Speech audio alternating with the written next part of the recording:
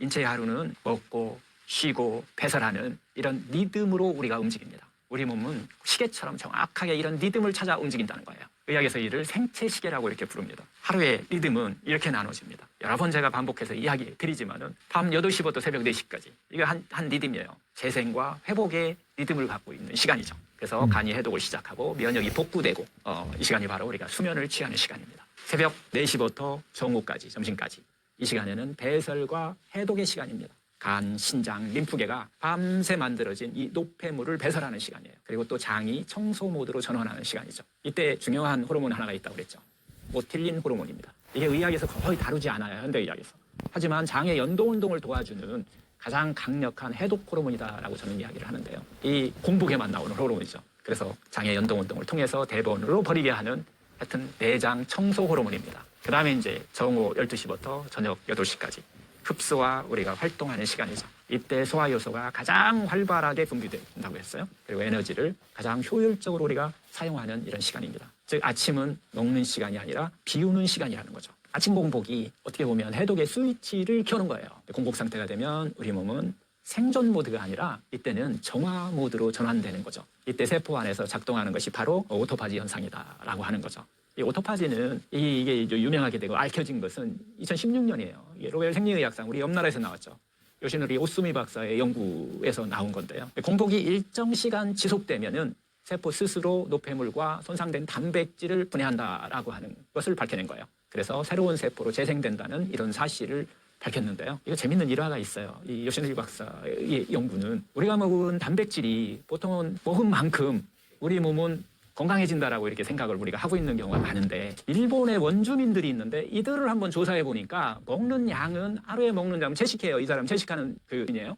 이 사람들을 조사해 보니까 하루 먹는 양은 20g이 채 안 되는데 대변을 분석해 보니까 한 50g이 나오더라는 거예요. 그런데 이 사람들이 너무 건강하게 사는 거예요. 우리가 생각했던 것이 빼짝 마른 사람들이 아니에요. 이 사람들이 덩치도 커요. 그럼 우리가 생각하는 거하고 너무 다르다 해서 이게 시작된 연구예요. 그 생리 실험을 해보니까 오토파지 현상으로 우리 몸에 들어있는 60조 개의 세포가 하루에 보통 한 1조 개 가까이가 죽고 새로 태어나는데 이 죽은 이 단백질 덩어리를 재활용하고 있더라는 거예요.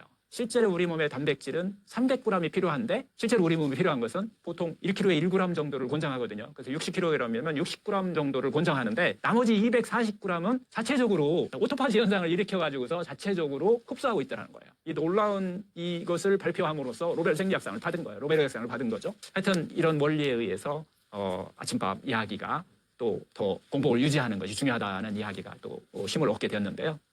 하여튼 밤새 청소한 봄이 아침에 배출하는 시간에 우리가 음식을 넣게 되면 어떻게 될까요? 그 정화 시스템이 멈춰버린다는 겁니다. 이것은 마치 청소기가 먼지를 빨아들이는 도중에 바닥에 다시 막 먼지를 뿌리는 것 같은 똑같은 현상이 일어난다는 거죠. 결국 아침 공복에 우리 몸은 이 세 가지 해독을 동시에 수행하는데요. 첫째는 간 해독이죠. 밤새 쌓인 독소를 담즙으로 이렇게 배출하는 시간이기도 하고요. 그 다음에 이제 림프 해독이라고 해서 노폐물과 염증 물질을 순환시켜서 우리 몸은 그 시간에 배출하는 겁니다. 세 번째 가장 중요한 것은 장 해독이에요. 이 공복에만 나오는 이 모틸린 호르몬이 장을 연동운동을 시켜서 청소하는 역할을 하죠. 그래서 우리가 흔히 얘기하는 숙병과 독소를 밀어냅니다. 상당히 많은 분들이 적게 먹어서 대변이 안 나온다라고 생각하시는 분들도 있어요. 하지만 공복에 이 시스템이 망가진 겁니다. 변비는.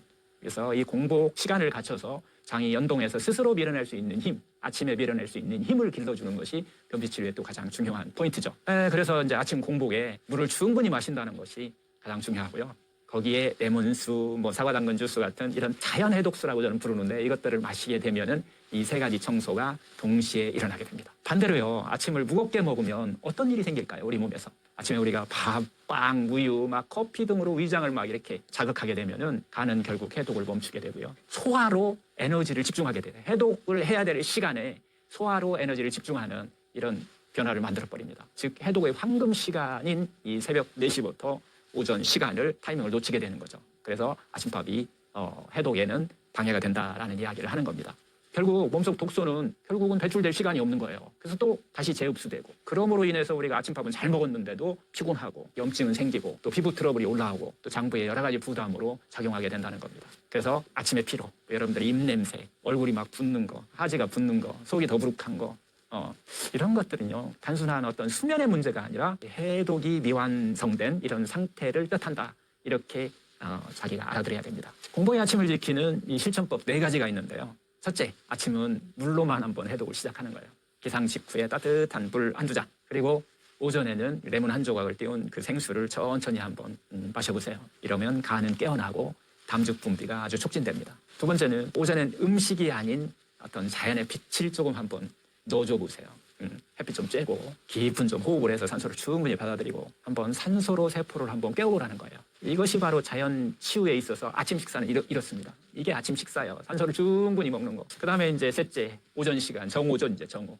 점심은 점화의 시간이다. 이때 첫 끼를 먹는 게 가장 이상적이라는 거죠. 그래서 모모님이 해독 다 마치고 소화효소가 충분히 분비되는 시간대에 우리가 식사를 하기 시작한다라고 하는 겁니다. 넷째는 저녁은 하루의 해독을 마무리하는 시간입니다. 저녁 식사는 6시 좀 이전에 끝내주시는 게 좋은데 우리가 현대생활에서 좀 쉽지 않죠. 그래서 늦어도 8시 정도까지는 저녁을 마무리하셔라라는 얘기고요. 이후에는 간이 8시 이후 9시 넘어서는 간이 막 이제 해독을 시작해야 될 시간이에요. 이때 또 음식 들어가면 해독 리듬이 깨져버립니다. 야식이 당기면 좀 음식 대신에 따뜻한 물 한 잔이나 허브차 한 잔으로 마음의 허기를 조금 달래셔야 됩니다. 그 한 잔이 몸의 긴장을 풀어주고 밤의 회복을 돕습니다. 저녁에 어떤 절제는 다음날의 맑은 아침을 만드는 그게 원료입니다. 아침 공복은 굶는 시간이 아니라 몸이 나를 고쳐 쓰는 시간이다라는 이야기를 다시 한번 또 드리고 싶고요. 이 시간을 지켜주면은 간은 독소 내보내고 장은 청소를 마치고 세포는 다시 새롭게 태어납니다. 하루의 첫 의사는 아침 공복에 있습니다. 아침에 무엇을 더 넣을까 보다는 아침에 얼마나 비워둘까를 한번 고민해 보세요. 그게 진짜 치유의 시간입니다. 아침 공복에 레몬수가 좋은 이유는 무엇인가요? 아침 공복, 그것은 몸이 밤새 해독을 마치고서 새로운 하루를 준비하는 시간이다라는 얘기를 드렸었는데요. 이때 단 한 잔의 레몬수가 몸의 회복 스위치를 이렇게 꽉 눌러줄 수 있습니다. 많은 분들이 이렇게 물어보세요. 그냥 물 말고 왜 굳이 레몬수를 마셔야 하나요? 답은 간단합니다. 레몬은 해독의 열쇠를 진 과일이기 때문이에요. 레몬수는 간을 깨우는 천연 알람 역할을 한다라고 제가 이야기를 드리는데 밤새 간이 혈액 속 독소를 막 분해하고 담즙에 실어서 장으로 막 보내는 일을 합니다. 그런데 이 담즙의 흐름이 막혀 있거나 정체되게 되면은 독소가 장으로 빠져나가지 못하고 다시 몸에서 머물게 됩니다. 이때 아침 공복의 그 레몬수가 간을 자극해서 담즙 분비를 촉진시켜주는 거예요. 국제 그 식품과학 저널들이 많이 있죠. 그중에서 저널 오브 펑셔널 펀즈라고 아주 유명한 연구인데요. 2020년 이 연구에서도 레몬 속에 들어있는 그 시트르산이라고 하는 것이 있는데 이 물질과 플라보노이드가 이 간 효소의 해독 활성을 높인다. 그래서 담즙 분비를 2~3배 촉진한다라고 이렇게 보고를 했어요. 즉 레몬수는 밤새 일한 간한테 이제 문 열고 청소 끝내라라고 하는 자연의 신호음 같은 그런 역할을 합니다. 레몬수는 몸의 pH 균형을 또 회복시켜 주는데요. 레몬은 신맛이지만은 몸 안에서는 알카린성 음식으로 작용합니다. 우리 몸은 어떤 스트레스, 육류, 가공식품, 카페인 등으로 인해서 쉽게 산성화돼 있어요. 이때 레몬수 한 잔은 그 혈액의 pH를 부드럽게 이렇게 중화시키는 역할을 해주죠. 그래서 산성피를 알카리성 체질 전환으로 바꿔주는 역할을 합니다. 이렇게 되면 세포 대사는 활발해지고 피로감은 좀 줄어들게 되고 염증은 완화하는 그런 역할을 하게 되죠. 그래서 아침에 특히 레몬수는 단순한 음료가 아니라 하루의 산, 염기 밸런스를 맞춰주는 자연의 어떤 보정장치 역할을 한다라고 이렇게 말씀드립니다. 레몬에는요, 비타민 C뿐만 아니라 이 플라보노이드라고 하는 이런 생체 활성 물질이 아주 상당히 풍부하게 들어있어요. 그래서 항산화 해독의 어떤 콤비다라고 저는 이야기를 하는데요. 이 비타민 C와 플라보노이드가 합쳐서 항산화를 만드는 하나의 해독 콤비다라는 말씀을 드리는데 해독에는 비타민 C 이외에도 레몬 안에 들어있는 헤스피리딘이라고 하는 물질과 에리오시티닐 같은 이런 플라보노이드 이색트 계통이거든요. 이런 물질들은 항산화 물질로 작용하는 역할을 아주 풍부하게 해줍니다. 이 성분들은 간세포를 활성산소로부터 보호해주는 역할도 하고요. 세포막의 염증을 줄여주는 확실한 역할을 합니다. 다양한 연구 논문에서도 이 레몬 추출물이 간 독성 완화한다라는 발표를 많이 했죠. 특히 지방간의 염증, 우리가 피로를 많이 느끼는데 피로를 개선하는 이 효과가 상당히 확인됐습니다. 즉 레몬수는 해독뿐만 아니라 간의 재생 에너지 음료 역할을 충분히 할 수 있다라는 이야기를 드릴 수 있어요. 그래서 기상 후 물 한 잔과 오전에 그 미지근한 그 레몬수 한 잔은 단 3분 만에 위장 운동을 자극하고 장을 막 깨워서 배변을 촉진시키는 역할을 해줄 수 있습니다. 그래서 결국은 간이 깨어나고 위장이 움직이고 림프 순환이 열리게 만드는 역할을 해줄 수 있다는 거죠. 그래서 레몬수는 단순히 해독이 아니라 몸의 순환을 여는 첫 의식이다라고 저는 말씀드립니다. 레몬수는요, 단순한 다이어트 음료는 아닙니다. 그건 몸에 그 밤새 해독한 몸에 내려주는 어떻게 보면 첫 번째 선물 같은 거예요. 그래서 오늘 아침에 한번 커피 대신에 여러분 따뜻한 레몬수 한 잔으로 내 자신의 간에게 한번 수고했어 라고 한번 이런 인사를 하면서 한 잔 마시는 건 어떨까 싶습니다. 비타민C 영양제보다 레몬으로 섭취하는 것이 더 좋을까요? 많은 분들이 이렇게 물어보세요. 원장님, 레몬 좋다지만 이거 먹기 힘든데요. 그냥 비타민C 영양제 하나 먹으면 뭐 그냥 충분한 거 아닌가요? 이거 참 좋은 질문입니다. 결론부터 말씀드리면 비타민C 자체보다 어떤 형태로 들어오느냐가 세포는 중요하게 여긴다는 겁니다. 레몬의 비타민C는 자연의 어떤 복합체입니다. 근데 영양제 속 비타민C는 합성 아스코르빈산이라고 하는 성분으로 이루어져 있죠. 순수한 C 성분만 초가공해서, 가공도 그냥 초가공입니다. 이것을 분리했기 때문에 흡수는 좀 빠를지 몰라요. 하지만 세포 안에서 오래 머무르지 않는다라고 하는 거고요. 소변으로 금방 배출된다라고 하는 거죠. 반면에 레몬 속 비타민C는 플라보노이드, 좀 전에 얘기했던 헤스페레딘, 루틴, 에리오시트린 같은 이런 생리 활성 물질과 함께 존재합니다. 이 천연 조합 덕분에 세포의 흡수율이 상당히 더 높다는 거예요. 그리고 항산화 효과는 두세 배가 오랫동안 지속간다는데 이게 장점이 있습니다. 케임브리지 대학의 학술지에 저널 오브 뉴트리얼 사이언스라고 하는 게 있는데 2021년 이 연구에서도 자연 속 비타민C는 항산화 시너지 효과로 인해서 염증과 피로 회복에 훨씬 더 탁월하다라고 하는 것이 좀 밝혀지기도 했는데요. 이 레몬 속 비타민C는 유기산이죠. 시트르산과 함께 이렇게 흡수됨으로 인해서 간의 해독 효소를 도와주고 세포 속에서 바로 항산화 작용을 시작합니다. 간과 세포가 함께 쓰는 어떤 형태를 우리가 제공해 주는 거예요. 그러나 초가공한 영양제의 합성 비타민 C는 간에서 대사에 부담을 준다라고 하는 연구들이 많이 나와 있죠. 즉 영양제는 죽어있는 영양소 보충이고 레몬은 살아있는 영양소 활성화입니다.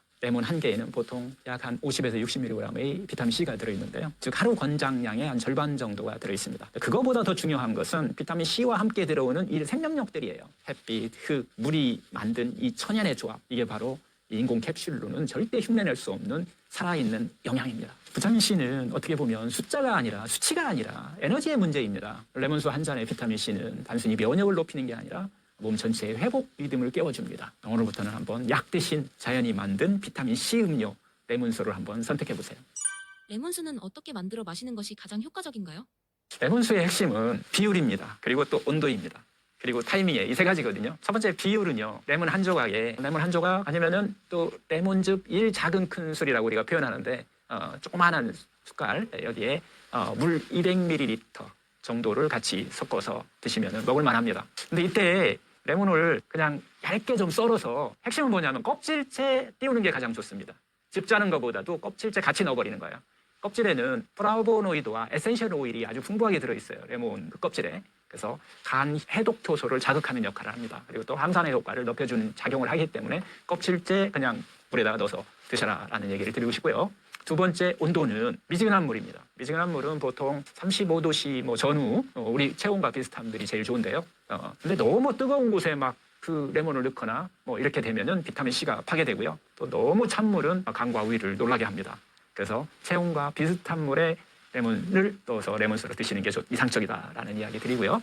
그 다음에 이제 세 번째 타이밍은 언제? 아침에 제일 좋습니다. 근데 아침에 일어나자마자는 아무리 좋아도 이게 자극을 줄 수 있기 때문에 이때는 레몬수를 마시기보다는 생수가 훨씬 좋습니다. 미지근한 물 한 잔으로 일단은 몸을 깨운 다음에 그 다음에 한 30분 후부터 우장이 안정된 상태에서 식사 30분 전까지 식사 10분 전까지 드셔도 괜찮다고 얘기를 하는데 천천히 레몬수를 마시는 것이 가장 이상적입니다. 이 타이밍이 바로 간이 해독을 마치고 담즙 분비하는 시간이거든요. 특히 이제 장청소 호르몬, 이 모틸린이라는 거 가장 활발하게 작동하는 시간이다. 이때에 레몬수가 들어갔을 때 가장 큰 효과를 낸다라는 이 타이밍도 중요합니다. 이번에는 이제 보관하는 거예요.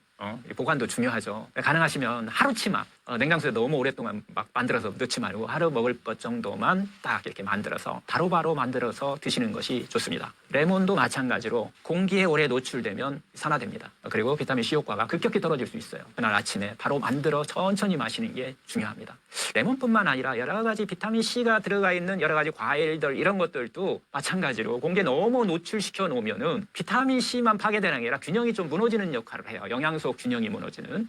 그래서 바로바로 먹는 것을 권장드리고요. 하여튼 레몬수는 어떻게 보면 그냥 단순한 해독 음료가 아니라 아침마다 간에한테 이렇게 보내게 되는 저는 감사의 인사다라고 해서 레몬수 한 잔 드시면서 고생한 자기 간한테 고맙습니다. 감사합니다. 오늘 또 일해줘서 고맙습니다라고 이야기를 하시게 드시면은 우리 몸 안에서는 훨씬 더 활성도가 더 높아집니다. 레몬수 섭취 시 주의할 점이 있을까요? 예, 레몬수도요. 이게 약이 될 수도 있고 어떻게 보면 그냥 또 자극이 될 수도 있는데요. 레몬수 섭취할 때 주의할 점은 몇 가지가 있는데 첫째, 우리가 욕심이 많아갖고 또 너무 진하게 막 마시는 분들이 있어요. 요거 막 자극이 너무 과하면 또 우리 몸을 자극하고 더 해로운 작용을 할 수 있기 때문에 그냥 레몬 한 조각 혹은 레몬즙 1 작은 술 이 정도면 아주 충분합니다. 레몬은요 pH가 한 2, 3 정도의 강상선이에요. 산도가 높기 때문에 이게 너무 오랫동안 입에 머물게 되면 치아 속에 범랑질을 손상시킬 수 있습니다. 그래서 레몬수 드실 때는 빨대로 좀 드셔라라고 이렇게 권장을 해드리고요.